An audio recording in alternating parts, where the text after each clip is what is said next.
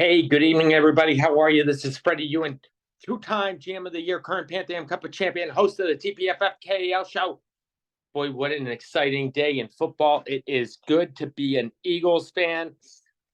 There is no stat for clutch. I just saw Neil comparing C.J. Stroud to Jalen Hurts this year.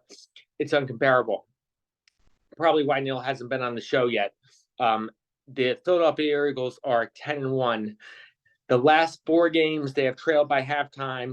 They have played three teams with a winning record and have won all those games. What a great ending to this game.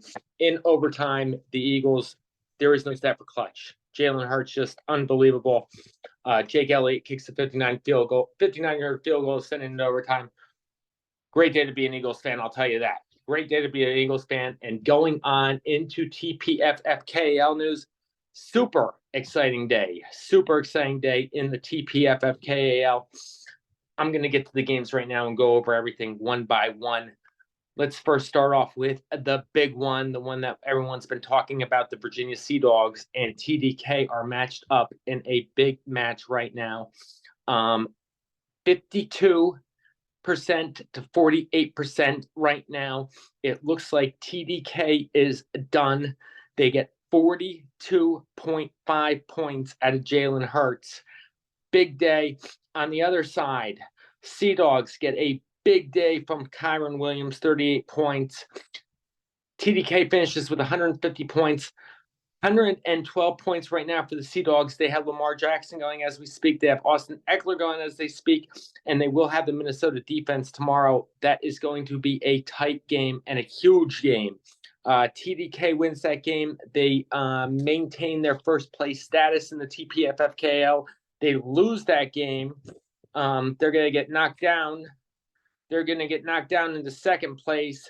And Sea Dogs right now are a game back of the four teams in first place. Sea Dogs need a win for this one to get back into the running to see if they can get that bye.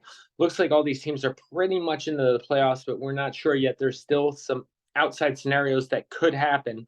But that is a big game for playoff sync, and it's going to come down to the wire during the game tonight. I'm sure Brian is hanging on the edge of a seat. After Kyron Williams this morning goes for 143 yards, 2 receiving touchdowns, 61 receiving yards, and 6 receptions. I'm sure he was sitting just fine, but my boy Jalen Hurts comes all the way back and puts 42 points on the board. Unbelievable. Really unbelievable. Another big game that's going on that we're going to talk about is another game. FJTK versus COC. This game right now is on the edge of their seat too. It is 53% COC over FJTK. COC looks like they are done. They put 139 points on the board, got 40 points from Dak. Good games by both the running backs. Josh Jacobs gives them 23. Derrick Henry gives them 20. Didn't get anything out of Adam Thielen, 0.7 points, and left my boy Devontae Smith on the bench. Devontae Smith puts up 23 points. Starting Thielen over Devontae Smith, I don't know.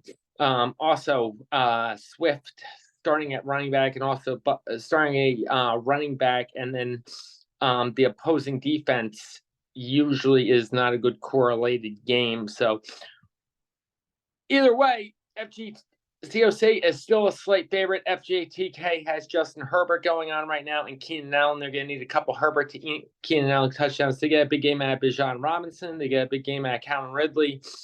And has to battle back right now. But that's going to be close right now. Like I said, those are two close games. Both of these teams are 8-3. They're in first place. One team is going to fall a game back.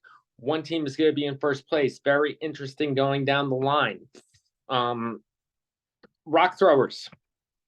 Gronk Donks gave them the best. They still have Gus Edwards going on right now.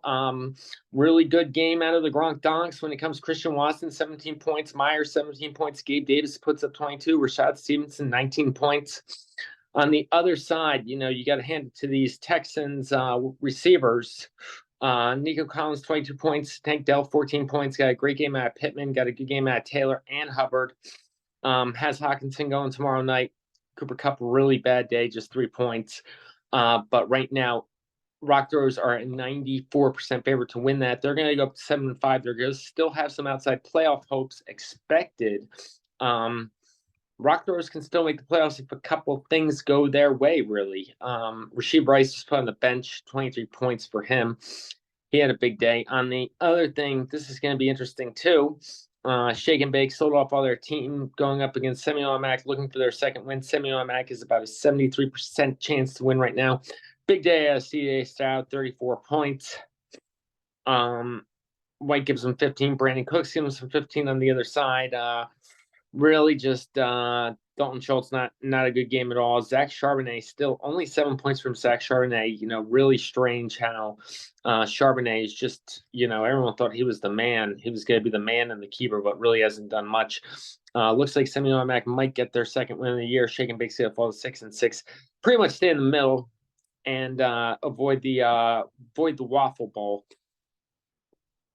This next one, up in the battle, TOD and Donks for Life. Donks for Life, of course, did not get rid of any of their players. TOD is a 62% favorite right now.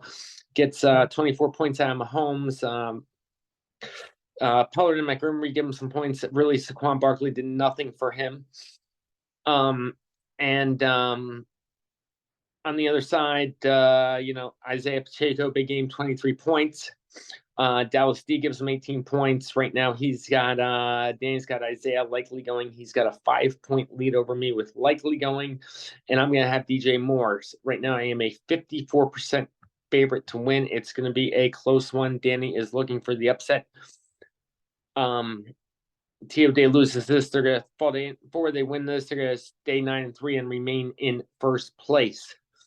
Last one, Red Sharks put up the best numbers that they could, but really just too much for IFT. Josh Allen puts up 44 points, and that was really all they needed. San Francisco puts up 16 points and got some decent games out of St. Brown, Ayuk, AJ Brown. Nothing really out of their running backs.